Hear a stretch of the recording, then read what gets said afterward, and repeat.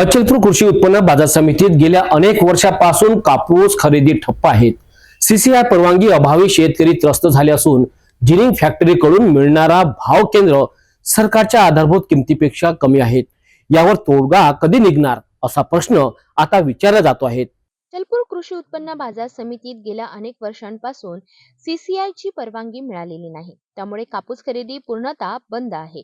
शेतकऱ्यांना फक्त जिनिंग फॅक्टरीकडून 7,000 रुपये प्रति क्विंटल दर मिळत आहे, जो केंद्र सरकारने जाहीर केलेल्या आधारभूत किमतीपेक्षा कमी आहे। या परिस्थितीमध्ये शेतकऱ्यांमध्ये तीव्र नाराजी निर्माण झाली आहे। बाजार समितीचे सभापती राजेंद्र गोरले यांनी याबाबत तातडीने पावले उचलत सीसीआय अकोलाकडे पत्र पाठवले। अकोला सीसीआयने पुढील कारवाईसाठी मुंबई मुख्यालयाला परवानगी देण्याची मागणी केली आहे। शेतकऱ्यांच्या अडचणींवर तोडगा निघण्यासाठी शासन आणि संबंधित संस्था कधी सक्रिय होतील हे पाहणे महत्त्वाचे ठरेल। उत्पन्न बाजार समितीमध्ये कापसाची खरेदी होती, त्याच्या मागे असं कारण आहे की सीसीआयची मान्यता नाही। सीसीआय मुंबईद्वारे मान्यता मिळाल्यानंतरच कापसाची खरेदी सुरू होईल। परतवाडा येथील कृषी उत्पन्न बाजार समिती ही जिल्ह्यातली सर्वात मोठी बाजार समिती असून येथे कापसाची खरेदी व्हावी या प्रकारची मागणी वारंवार करण्यात आली आहे।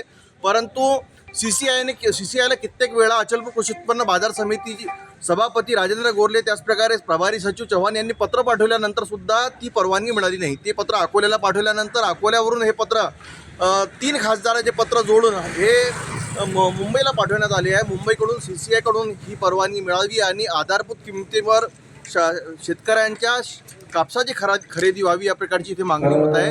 आणि कृषी उत्पन्न बाजार समितीचे संचालक रवी पाटील यांनी सुद्धा शेतकऱ्यांच्या मालाला जास्त भाव मिळणार, कापसाला जास्त भाव मिळणार म्हणून तात्काळ खरेदी सुरू व्हावी अशी मागणी केली आहे। मी कॅमेरा पर्सन धीरज स्वदेश किल्लेदार, सिटी न्यूज अचलपूर।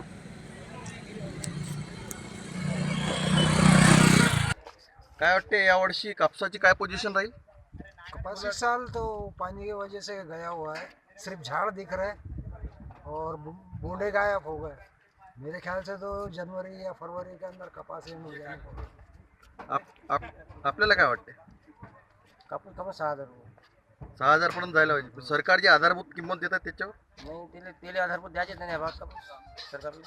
कर्जमाफी केली सरकारने, आधारभूत किंमत देत आहे, हे सर्व आश्वासन आहेत। उत्पन्न बाजार समितीमध्ये कापसाची खरेदी होत नाही आणि सर्व अन्नधान्याची खरेदी होते, त्यामधला शेतीमालामध्ये कापूसही आहे। सरकारने आधारभूत किंमत जाहीर केली आहे। सरकारनं आधारभूत किंमत जाहीर केली। आम्ही APMCनं ठराव घेतला आणि CCIचे जे विदर्भाचे प्रमुख आहेत अकोल्याचे, त्यांच्याकडे जाऊन निवेदनही सादर केलं, आपला अर्जही दिला की APMCमध्ये खरेदी चालू करण्यात यावी।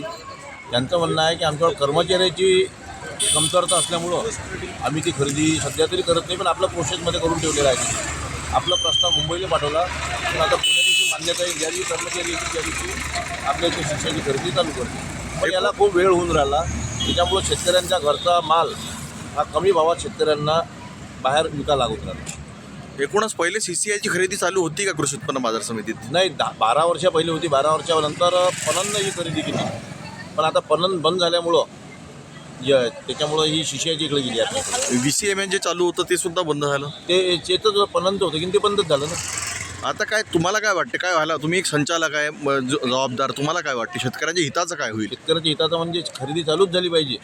जर खरेदी चालू झाली, अजूनही पुष्कळसा म्हणजे माल शेतकऱ्यांच्या घरातच पडून आहे आणि तो माल जर CCIची खरेदी चालू झाली तर लवकरात लवकर तो माल शेतकरी आपला CCIला चांगल्या भावात विकू शकेल। शेतकऱ्यांच्या या समस्येवर तातडीने तोडगा निघावा अशी सर्वांचीच अपेक्षा आहे। सीसीआयची परवानगी मिळाल्यानंतर कापूस खरेदी सुरू होईल का हे पाहणे उत्सुकतेने ठरेल। पुढील अपडेट करिता पाहत राहा सिटी न्यूज।